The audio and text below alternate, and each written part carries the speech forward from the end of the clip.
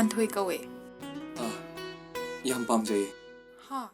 미암기 오래부터 당근의 젤리부 공세 당근이 불러 품어세 라왕 사바 먹어 자와니